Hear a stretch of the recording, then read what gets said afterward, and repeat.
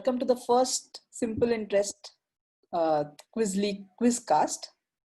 So the idea behind this was that when we do a lot of quizzes, when we are researching questions for it, we often come, especially when we do it for our Iconic India sets, which are quiz sets for the whole family, we often come across interesting questions and interesting piece of trivia that don't really go into any quiz that we conduct, but it's just a nice way to talk about them and to discuss them with a bunch of friends, with a bunch of fellow curious people, so that one conversation leads to another and we end up discovering more about that topic. So on that idea, we thought we will try out a version of it as a quizcast. Here's how the format will be. So this is like a quiz, but of course there are no points. The whole idea is to discover interesting facts. There will be a theme. All our participants as of now don't know the theme, so they have no clue what is coming, but it will be revealed in a second. There'll be 3 rounds of 3 questions each, but it won't be limited to that because our participants are often have interesting trivia or questions of their own, which they can ask everyone else as well. And at the end, we end the quizcast with some interesting recommendations that all of you might be able to enjoy, sort of like a curated list or things that we would recommend to you. So if everyone's ready, we'll just go on and reveal the theme, which is Trains of India. So this was the iconic episode that we had created especially for small children, but we realized that there was interesting questions and facts that could be enjoyed by the whole family, because the whole set is available on bit.ly/coolindia along with all the other themes. But for now, we are going to do questions which didn't get selected for this topic, which were sort of kept aside. And let's see where we can go with them. At any point, feel free to add trivia of your own or add questions of your own. So these were the cancelled or RAC ticket questions. Yes. Correct. Waitlisted. Yeah. So let's go on to the first one. So we have divided into 3 rounds. I'll call the first round hook. So there will be clues around either in the picture or in the questions that you can just use them to arrive at the answer. So always anything about Trains of India begins with this mandatory picture and piece of trivia, which is that the first railway was built between Mumbai and Thane. Now I have taken this as is from one of the sites which was there. So I haven't written this, and I'll tell you why. Because it says here that in India, the first railway was built between Mumbai and Thane in 1852, and the first passenger train ran between the 2 stations, covering a distance of 34 kilometers on this date. And here is the picture that went along with it. So if you think about it, this is wrong. There is something factually wrong here. And since we all know this trivia as part of the history, I would like you guys to figure out what is wrong in this. It's going in the opposite direction. It's going in a wrong direction. No, so we don't know that. I'm just joking. We don't know that. So it will be something which is very obvious. I'll tell you which are the obvious things which I'm not looking for. Which is, there are 2 tracks if you see at the bottom. So it means it can't be the single railway line. You can already see a set there diverging. So ignore that part and let's just stick with the facts which they have stated and the picture that is shown related to this. So the years seem to be strange, right? I mean, if it was built in 1852, what were they doing till April 1853? Right. So there is an answer to that, which is that there was a trial run that happened much before that. Okay. And so that is not entirely thing, but 1852, there was a trial run between the 2 places, okay. Which in fact got a lot of frenzied crowds as well. So wait, Mumbai and Thane can't be 34 kilometers apart, can they? It takes much longer from Mumbai to Thane now. I can't imagine a steam train. As in, it seems like 34 kilometers is not depends on what you consider as the start of Mumbai, no, Omkar? Yeah, so this is Bori Bandar, if you remember. So it will be way down south. The distance is not disputed. In fact, nowadays it takes a little longer. This train, I think, just a little less. It took around 1 hour 15 minutes apparently, this first journey, and now it takes around 50 minutes or 60 minutes. But no, I'm looking for something very much simpler, where you need not know the facts entirely. But if we can give you a clue, do you remember any other details about this incident?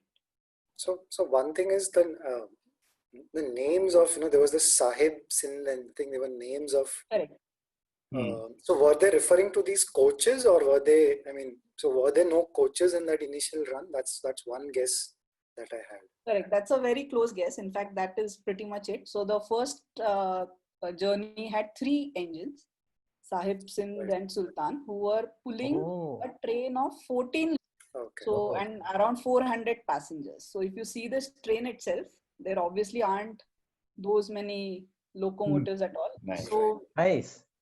we'll go on to the answer in because it, I think, explains the other problem also with the picture, which is that first, it wasn't even the first railway of India that they mentioned, because the first one was built in 1836, nearly 2 decades before this happened, where it was used for carrying granite up and down in road building.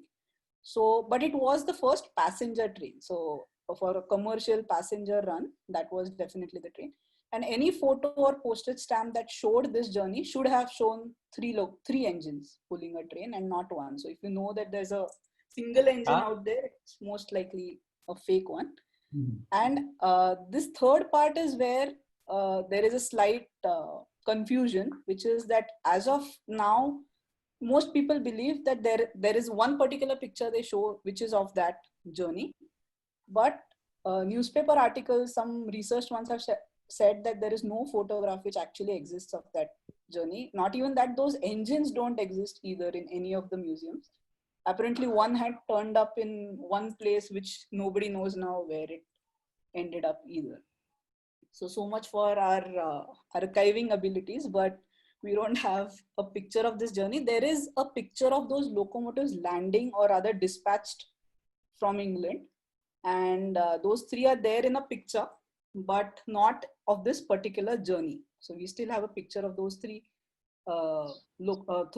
engines. In fact, I'll tell you, if you see, Rajendra Aklekar is one of the great railway correspondents in India. And if you see his blog, if you follow him on Twitter, you'll know a lot of interesting stuff as well. And these are some interesting trivia related to that, which is that, like we said, it was completed in 57 minutes and it halted in Baika, Sion and Bhandup before reaching Thana, or Tanna as they called it then. And the Sion area was a problem which they had followed the example of an English bog in trying to fill it up. So it had needed some scientific research and help in doing that. And when it first arrived on Bombay, it had taken a lot of hard labor to get it even onto the station. And it was, the first trial one was actually named after Lord Falkland, the one that you spotted in the year 1852. So that's a bunch of trivia. In case you guys want to add something, go ahead. Is he the same Falkland after whom the Falkland Islands are named? Oh, it could be. I don't know. Could be either him or some of his forebears, right? Yes, yes, correct. So I because think most the of titles get passed on in a hereditary fashion, if I'm not mistaken.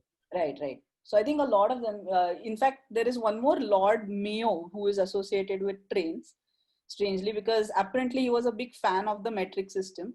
And he was the reason why he pushed the meter gauge to come forward, though broad gauge had started off. Lord Mayo also is, his name was something different, Lord Nass, and we know him as Lord Mayo as the title bearer of the name as the title. So good chance that Falkland Lords were the ones who named the islands as well. So Yes, I've got 2 things to add. Okay. So the first thing is in America, when they were building the railways from the East Coast to the West Coast, and when they joined in the middle, somewhere in the middle, the after that, after the construction was completed, they ran trains which were really, really light in weight. So here's the questionable part of it. Why were they made really light?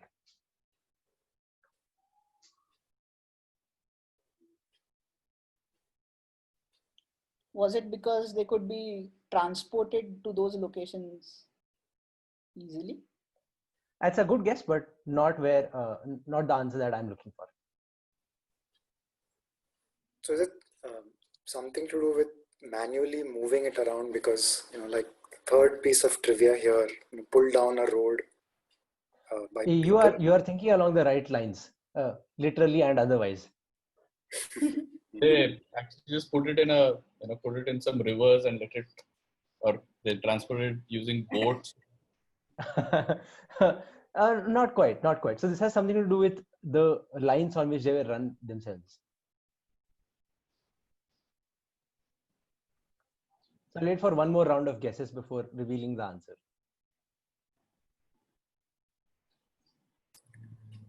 No, you'll have to give us the answer. Okay, so the answer is that in case they went off the rails, the passengers could get down, pick them up and put them back on Nice. there. Oh, wow.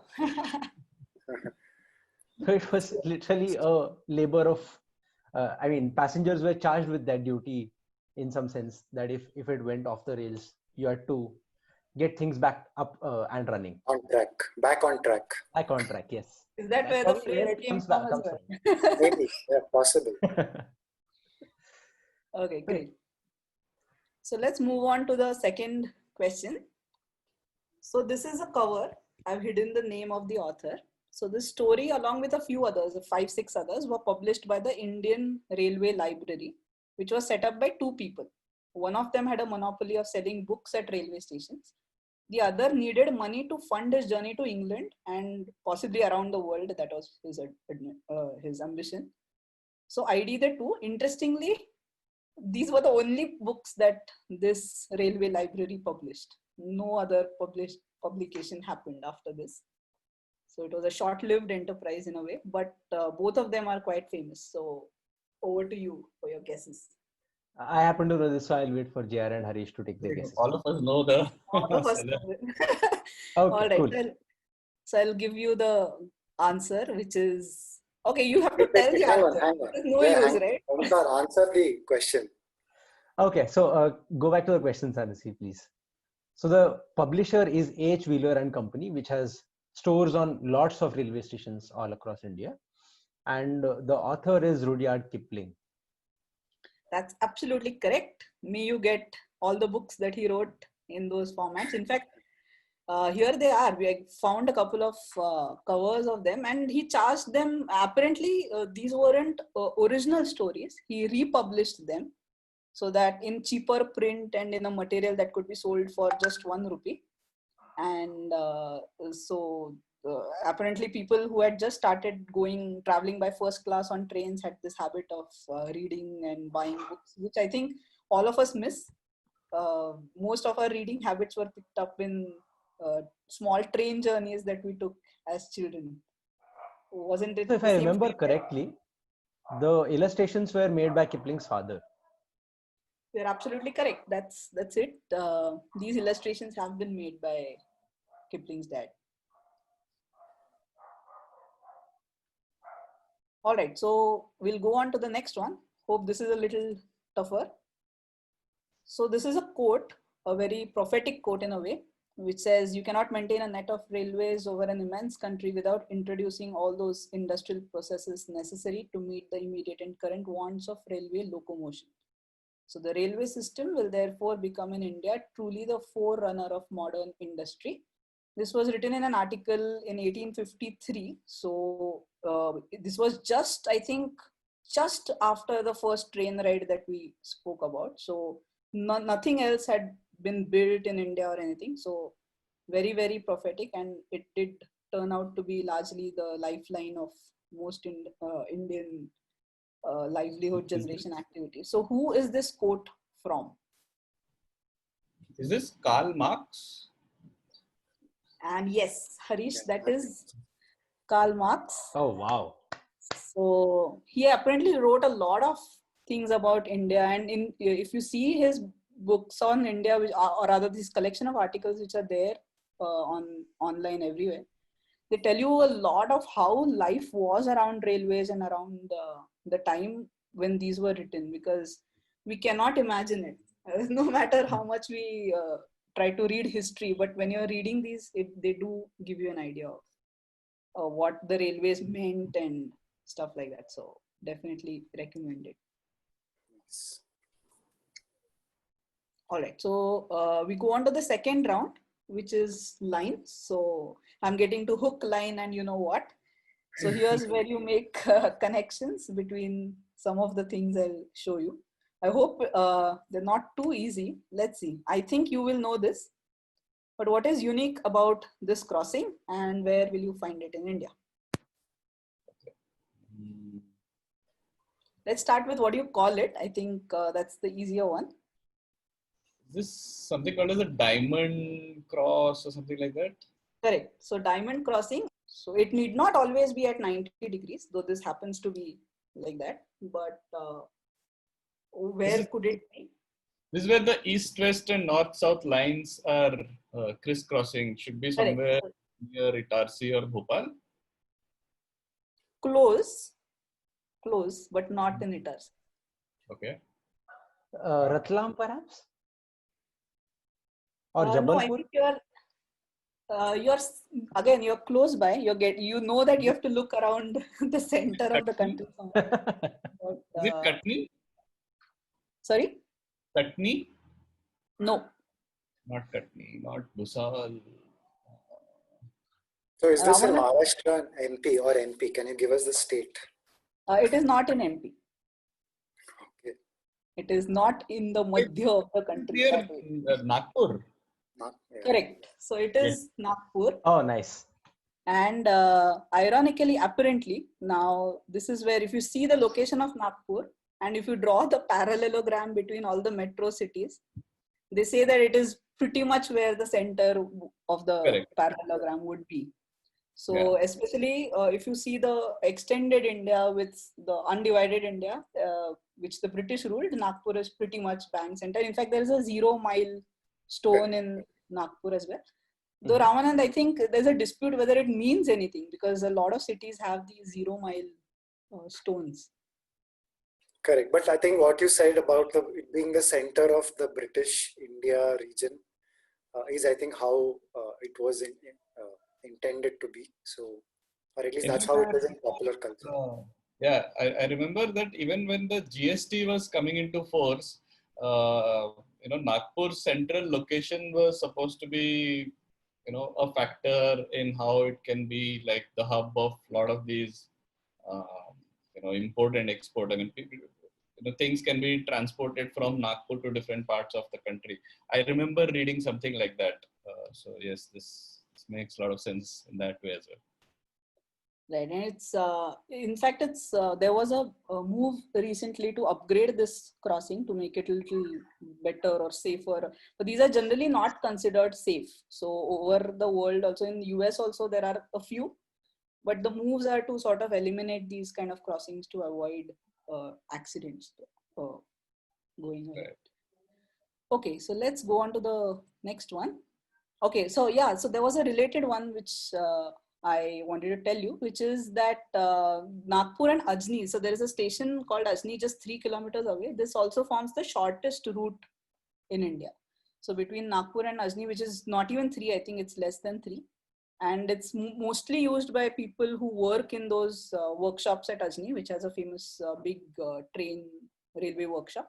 And for the crew to travel back and forth from the junction to Ajni. So that bit of trivia is where if someone asks what is the shortest route between 2 stations, that's where it is, between Nagpur and Ajni, which is less than. But you can actually buy a ticket for this journey? I don't know. I'm guessing, yes. I mean, if it's a proper route, I'm sure they will charge you for it. They charge you to be on the platform. So if you're traveling 2 kilometers down. Okay, this is for the record. When I have to insert, my big story about trains. So, Jan 15th, 1999, I had to travel from Pune to Mumbai.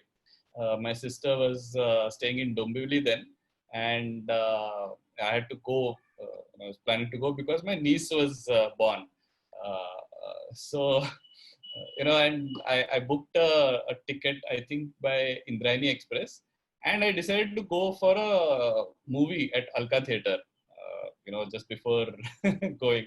And I asked my roommate from hostel to actually go there to the station and keep all my luggage ready. So by the time the movie got over at Alka Theatre and the auto guy, tried to do an F1 drive to the station and all that, I missed the train. So having gone there, I thought I just, anyways, I've missed Indrayani. So let me just buy a ticket till whatever, Thane or somewhere, Kalyan, and let me just take whatever train comes. The Shatabdi train was much later, and I said, if Shatabdi, I'll have to go till Dadar and I'll have to come back. So I decided not to take the Shatabdi. So then I took the local, which took me from Pune station to Lonavala and dropped me there. So the interesting thing is that there are no trains between 6 to almost 10:30, 11 going from Pune to Mumbai. So I got down there and then I was just waiting. So what happens is, while coming from Mumbai to cross the ghats, they, at least then, and I'm sure it must be happening now also, for the long distance trains, they actually add an engine to go from Khandala to Lonavala. So there's an engine which comes till Lonavala. It separates and the train goes forward to Pune. So then I was waiting there at Lonavala station, and there was this engine which was ready to go back to Khandala, right? And this one actually goes almost till Karjat. So there were a bunch of people, and there were these, day laborers who were working in Lonavala, and it's like a regular thing for them. So all of them, along with me, we got into that engine, and I took the engine to actually go from Lonavala to Karjat, and I managed to pass, like local, which is leaving Karjat at 9:30 or 10, and then reached Dombivli and then went home. So yeah, that was my train story. So, primarily meant for crew to travel from Nagpur station to the workshop. Yes, it's quite possible. They don't charge you every time. In fact, Glad there is you a made it out of it in one piece though, because that ghat and then traveling on an engine, wow, that must be quite something. But it was fun. So there's that small journey between Bhor Ghat, which you mentioned, which is the ghat where they normally add that extra engine to give it a boost. Apparently, it was built later, and the train services had already started between Bombay and Pune before that. But the technology didn't exist to go through that ghat. It was too dangerous and it was impossible. So the train would stop 21 kilometers short, and people used to get transported by on dollies and on horses and by foot for 21 kilometers till they could catch the next train to Pune. Wow. So that was, so at least you got an engine. You should be do that. All right, so let's go on to the next one. This is Dash Jatra, which is a unique friendship program between two British colonized cities of the world that are united in this love for this particular rail vehicle. What goes in the blank, and which two cities? This Dhaka and Calcutta. Tram Yes, I think you're going with the Bengali clue that is there on Tram the Yatra is what I. Yes, Tram Jatra is correct. So this is, though the answer is Melbourne, I should have waited for it and You not. should have said two cricketing cities, largest stadia in the world, or something. Oh like yes. In fact, yeah, I was wondering how come there weren't any cricket train related exchanges that happened, especially with even Steve Waugh coming all the way to Kolkata, though he's not from Melbourne. I'm sure he could have done something to extend this. But apparently Melbourne has the largest tramway outside Europe. And here's a bonus question. I think it goes with something that Omkar mentioned about US trains. So what happens to the driver if a tram hits a vehicle or a pedestrian? And Until a an few extended years, question. yeah, until a Sorry. few years ago, the driver would go on strike. That's what would happen. Yes, that is the correct spirit in which he should be behaving. So that is in line with the answer. So what happens? He's replaced. I mean, someone else takes over. It's like speed. No, in fact, don't stray from your answer. Oh, okay. He's struck by the person whose whose vehicle was hit by the tram. No, in fact, nothing happens to him. So the rule is that if you cross a tram thing, it is your responsibility. Correct. And if the tram comes and hits you, it's not their problem at all. In fact, even if the tram gets derailed, it's considered as a mechanical fault and nothing to do with the driver. So he can go on as many strikes as he likes. You won't be struck out for sure. Sounds a little bit like a reading compound on some days. Yes. Should I plug that right now? So for more on reading compounds, do go to ctqcompounds.com and get into a nice compound where you can read amazing non-fiction articles every day. All right, here we go. So third question of this round, last question. Again, I think a famous one, but let's see whether you have your little trivia intact. Belapur and Srirampur, what is special about these two railway stations? About the station itself? About both, something connects these two. Wait, this is not CBT Belapur in Bombay, is it? No, this is Belapur and this is not Srirampur in Maharashtra. This is a different. No, this is the Srirampur in Maharashtra. It is your Zahir Khan's Srirampur. Okay, because the lettering is. Correct. It's in some, I think it is in Gujarati. No, that No, looks it's like not. Bengali. Yeah, that Bengali? looks like Bengali. Maybe there is another Srirampur in the photos just got. Maybe I've taken the That's wrong picture. I don't know. You But intend the Maharashtra one, right? Yeah, I'm talking about the Maharashtra one. So if this is a station in West Bengal, I'm very sorry. But I meant the two railway stations in, I think, Ahmednagar district of Maharashtra.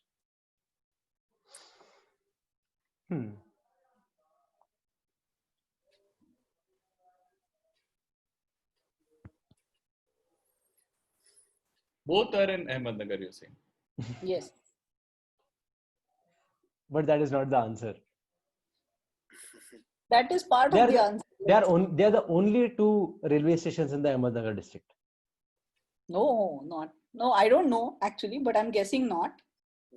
Are they private railway stations? They're not. They don't belong to the Indian Railways.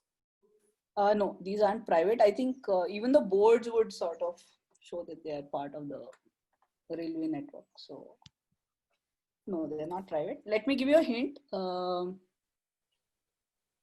Let's say that you won't take too long to travel between the two. I think it's just too much of a hint. Shortest railway stations, is it? Or shortest? No, that was the previous one. So shortest route was which we covered between Nagpur and. Shortest platforms or something?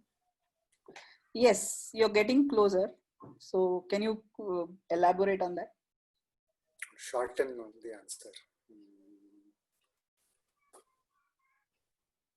Sorry, did you say I didn't? No, I said instead of elaborating, I should be shortening the answer. So this is no. One train which stops here or something like that. It's the trains are too big to stop in the. I mean, most trains can't stop here because it's too small. Because some people will be off the platform. Not quite. It is related to platforms, but it's not in the way that you put it. One platform. One platform is the closest. So I think Onkar, do you want to add something to that? No, I was going to say, are there two platforms located so close that if the engine overshoots a platform of one station by a significant margin, it ends up in the next station? Let's say if it derails, it will end up to the wrong station, because the answer is that they're both located at the same station on two different platforms. So if he Oh. really misses the track, he will end up going to the wrong. But other than that, he's okay. But yes, this is again a unique thing where both the same, on the same station you get to, depending on the platform that you get off, you will be in a different It's location. like conclaves It's and like Mulund exclaves. East and Mulund West, na? Right, just like that. Yes, just like that. In fact, there are a couple of stations where there are state borders on one side and the other. So you have these benches, train benches created in these places where half the bench is in Gujarat and half the bench is in Maharashtra, and you can get a nice picture sitting there.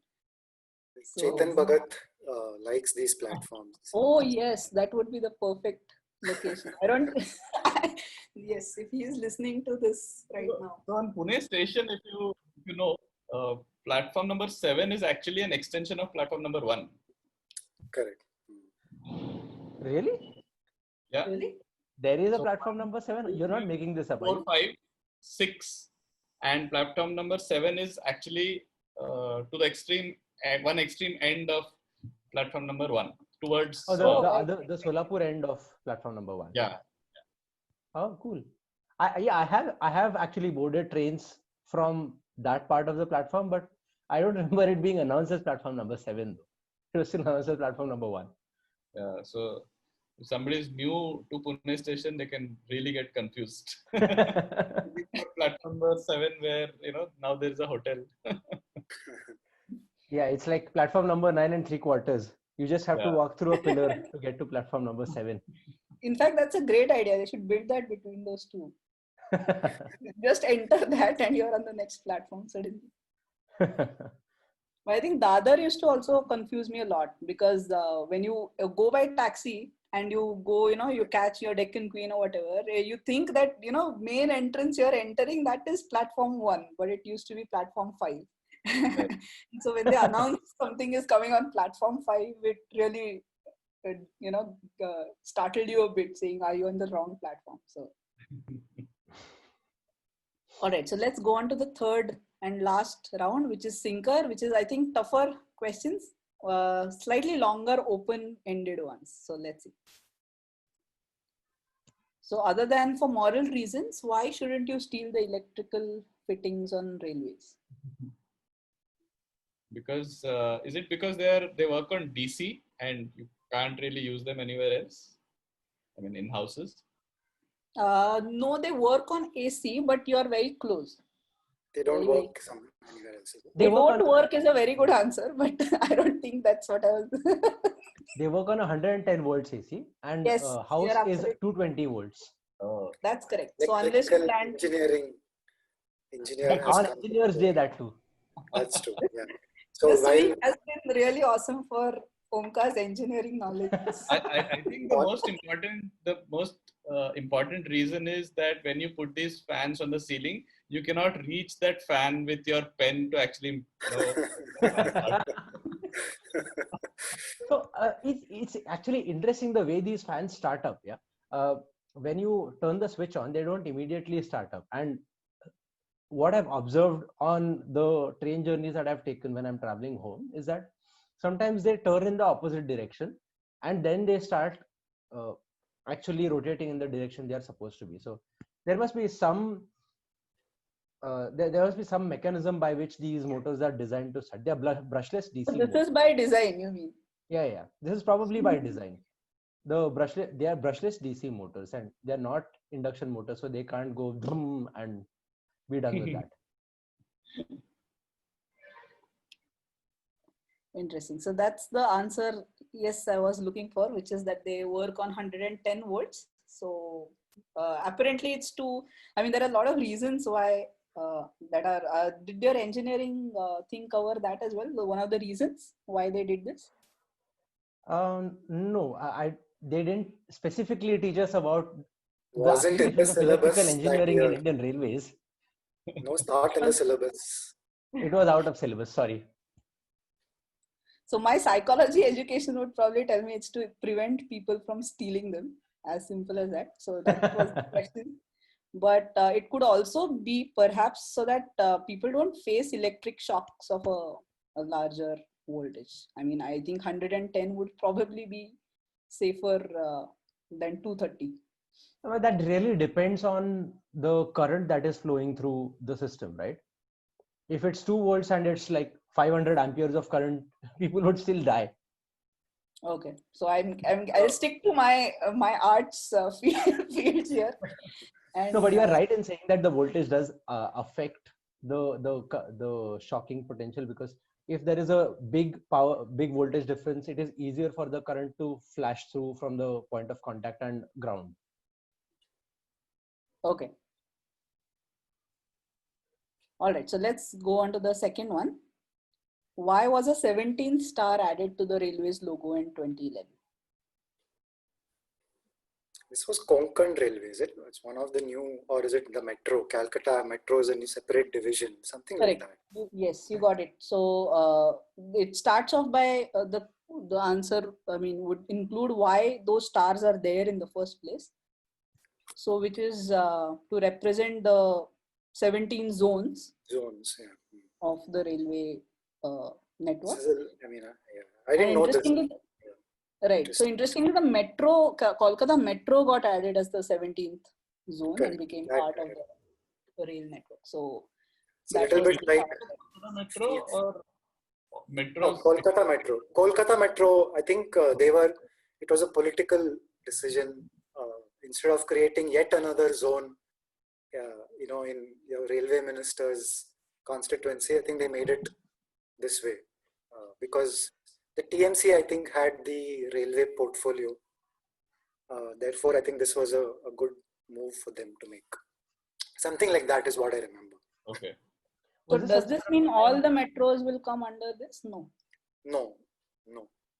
Was this also around the time when Mamta Didi's paintings were adopted as a library for Duronto Expresses? Yeah, so that was all part of that same exercise, I think. It was in that era that, So if you look just a brief aside into that politics of that era for railways, because Mamta Banerjee had been railway minister earlier, I think when she became part of UPA, the portfolio stayed with them. And then there were a lot of issues where I think Harish will remember some people, her own minister was sacked overnight because of not following orders and things like that. So yeah, I think that's where that thing came in, but could be slightly mistaken. But this is just the Kolkata Metro, doesn't cover other metros, which are anyway, they came in a little later. So this is a little bit like our FIFA stars, right? I didn't know this star existed, but you can now draw a connection between World Cup winning countries and their stars. And I think even the Indian cricket team now has stars on their jersey or caps, right? Or the World Cup winners now get to keep that. And in different formats. So T20 will have it. In fact, I think they even had one for the Champions Trophy. To look like the flag of Brazil soon. Then. Yeah. All right. So here's the third one, last one for the day. I think Harish has lived this. So why does the Darjeeling Railway take this loop around the war memorial? I've been there. So, I mean, it's the loop, right? I mean, it's called the loop. You have to take that loop to come back. Otherwise, there's no station there. So it actually stops at this garden / war memorial for like 15-20 minutes. And why does it take the loop? Because how else will you come back? To make it clear, it's not coming back. It is still going in the same direction where it wants to go. This is not, it doesn't mean that the loop is to start the return journey. You are still going in the same direction. So then why does it take the loop? To get the passengers a beautiful view from the edge of the mountain? That's, I think, yeah, that's one of the perks of it. But that's not the reason why. Because part of the answer is one of the things you mentioned. It's got nothing to do with Aradhana, right? Like so that they could get a good shot Thing.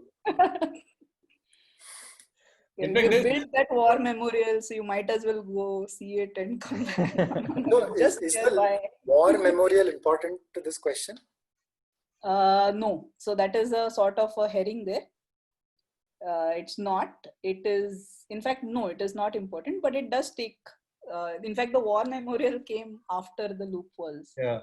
formed. So In fact, I on think I this have- route, we also introduced a new railway museum. So that's another stop. oh, is it? I see. Yeah. This seems like one really adventurous journey to take with, to take with your kids. Stop at a museum, turn around. This, in fact, I think this place is called Ghoom. This is called Batesia or something like Batesia Memorial. This is the I don't know how to pronounce it though. Sorry. Yeah, but there's some place called Ghoom also on this Correct. route.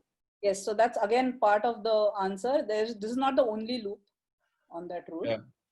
In fact, there used to be quite a 5-6 loops. Now they've reduced it, I think, to a couple, 2 or 3. So that's where the answer is in a way. Can you figure it out? Something to do with engineering, I would say. I mean, this is Out how of you. syllabus for me, I'm an electrical engineer, not an expert on civil engineering matters. No, I'll go Okay. with the train has to climb in one direction, and because the hill is structured in a certain way, it has to switch directions, which is maybe impossible to do without the loop. So it has Correct. to take the roundabout and then goes in the other direction upwards. Correct, but it has nothing to do with the. So anyone wants to sort of just extend that, or should I give the answer? It is. You are correct. You have got it, Omkar. Only thing is that it's not because of the location of this particular terrain or anything. Mhm. It's just hills in general or mountains in general. If you are coming down, so here's the answer. This is where all these loops are as well.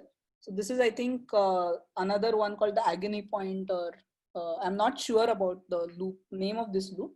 It's an old picture, as you can see, and many loops are there. The reason being that if you're coming down a steep mountain, which is it's obviously the in the North Himalayan lower mountains of the Himalayas, so it will be too steep and inclined to come. Just let that train go down slowly. Oh. So to reduce that incline, it takes several loops, and to reduce the gradient of its of the coming down process.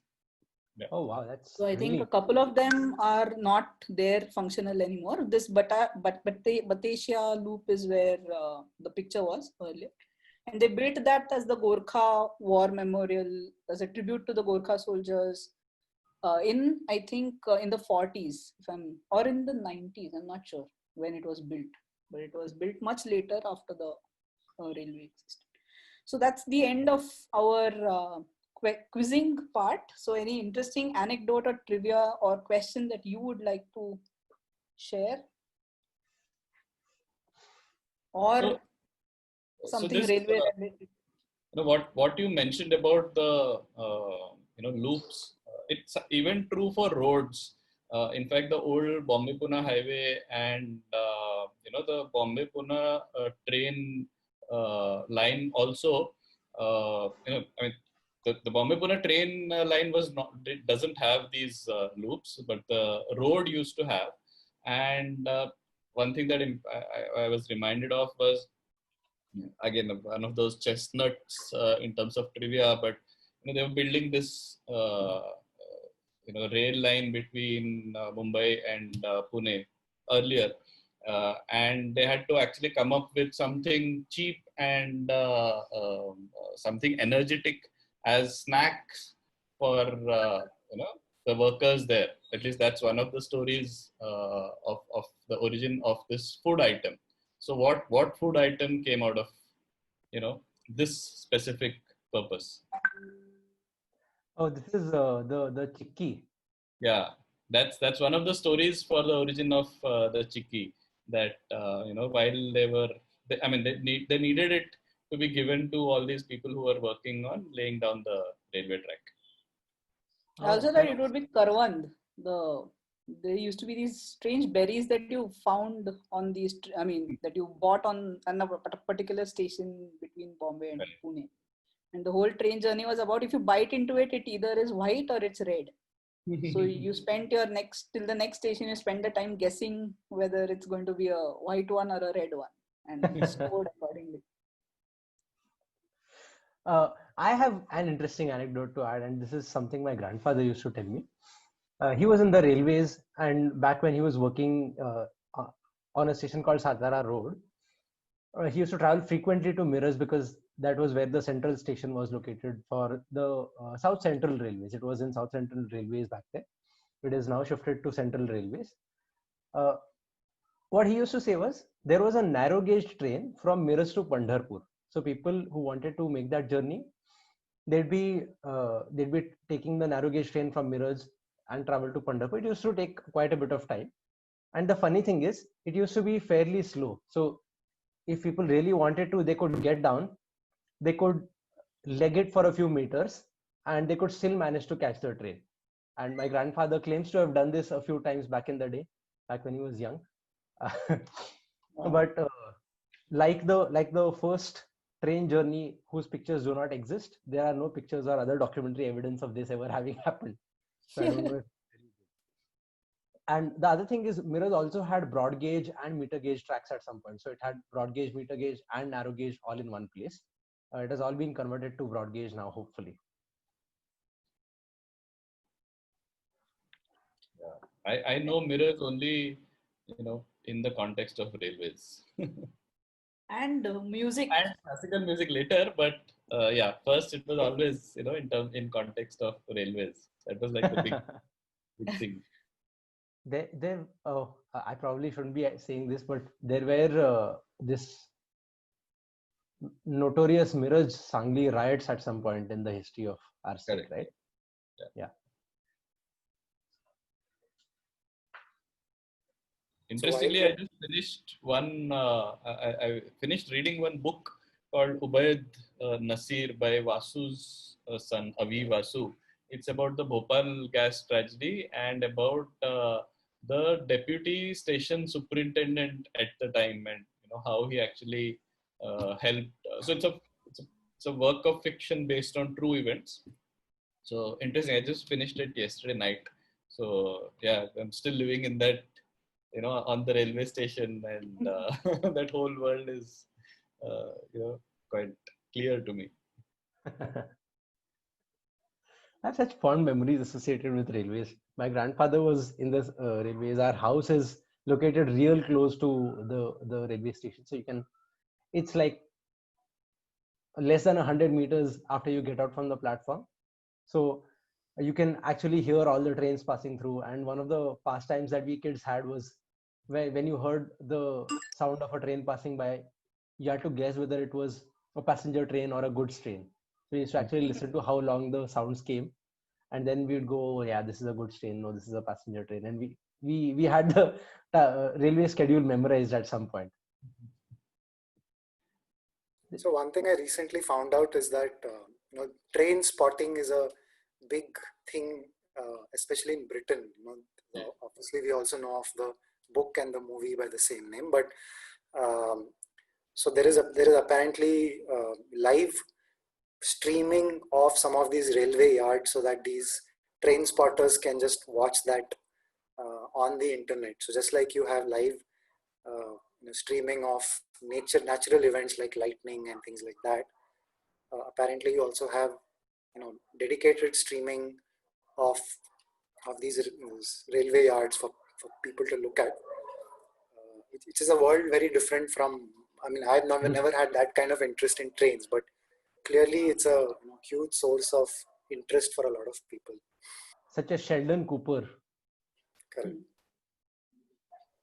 I think a lot of, if you see all these British novels that we read growing up, the trains were a very big part of them as well. All right, so the last part, any recommendation railway related that you can make? It could be a place that you went to, or could be a movie or a book or anything. So I wanted to recommend a couple of movies by Satyajit Ray which involved trains. I think we were talking about how I think the last 40-50 years, right, trains in popular culture, there are quite a few movies. I don't think Bollywood has made as much use of it as you would have thought, like apart from say the Burning Train or our more favorites like Johnny Gaddar, where they actually make, forget Burning Train, which has these bad models and all that, but Johnny Gaddar makes terrific use of the whole train thing, and there are other such movies as well. But I think there is something about that. You get a fixed kind of setting, right? You have all these characters just jammed in together. So at least two movies I can think of Satyajit Ray's which make very good use of trains. So one is the Feluda story Shonar Killa, in which there is a big journey from multiple journeys at different timelines, which makes very good use of trains and the soundtrack and to literally move the action forward.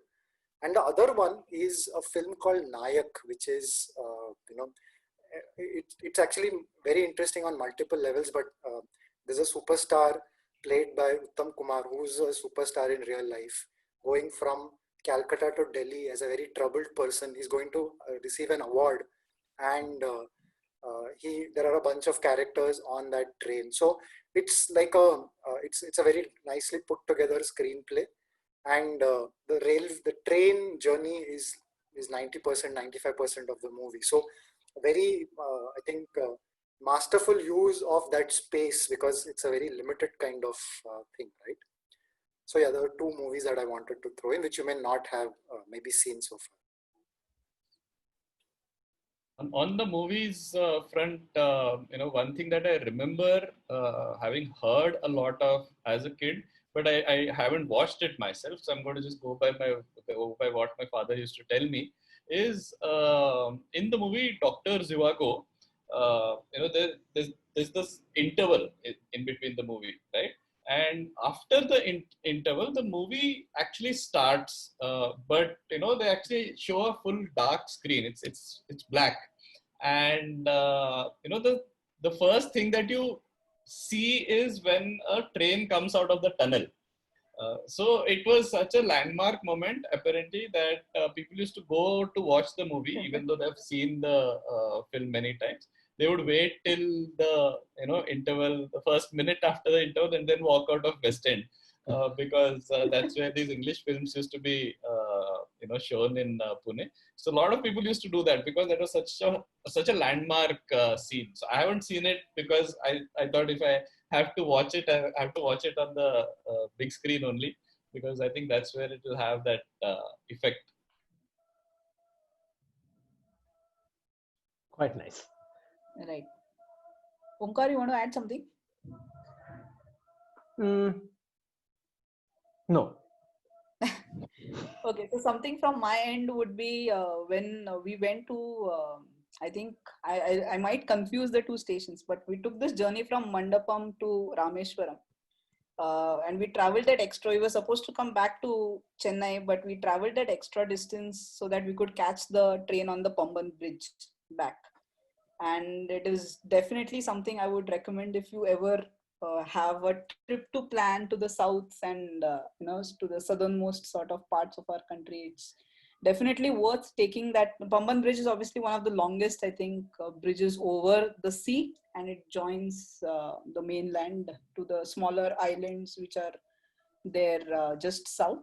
And it is so low, it is so close to the water that you can actually, all you see is the sea on both sides of the windows, and it's something, it's just an incredible experience. So you should definitely do that once in your life before this lockdown sort of, after this lockdown sort of ends.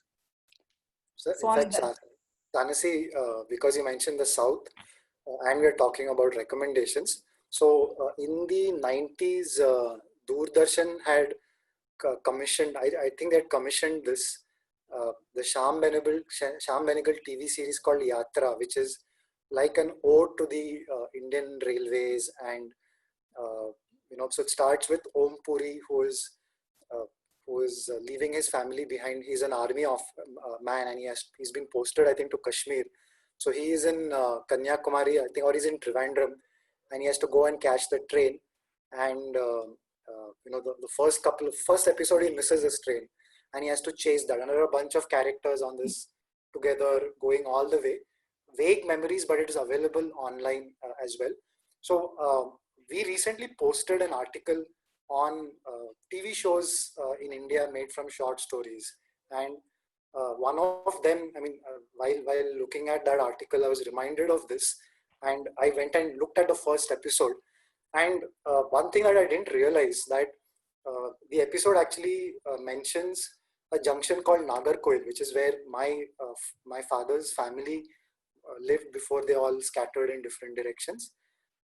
So that's like a chance for me to see something which is a part of our family, though we've hardly spent more than a day there. So Yatra, I think, is a great, it captures that the 90s, 2000s kind of version of the Indian Railways that I think all of us are very familiar with.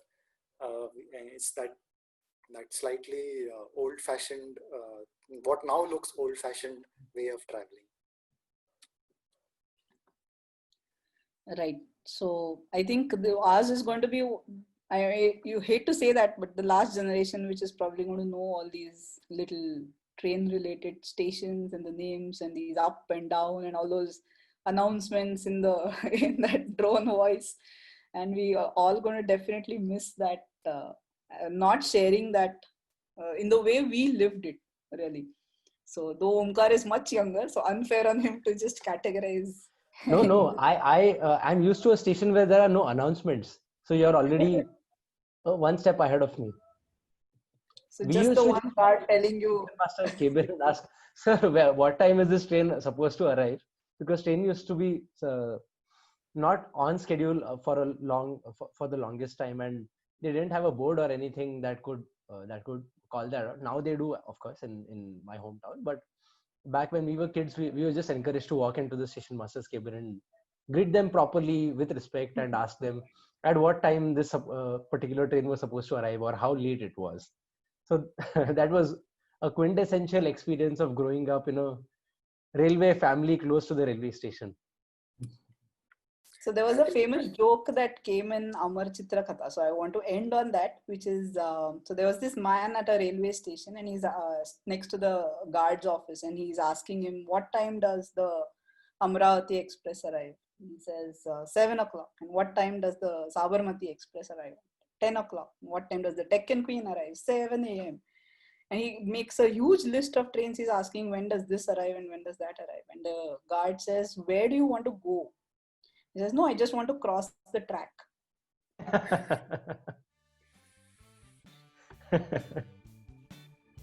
So on that note, let's call this an end, and we'll do another episode on another theme soon enough. So thanks a lot to Ramanand, Harish, Omkar. Thanks a lot for sharing, and thanks a lot for taking a crack at all the questions. Thanks for hosting. This was good fun.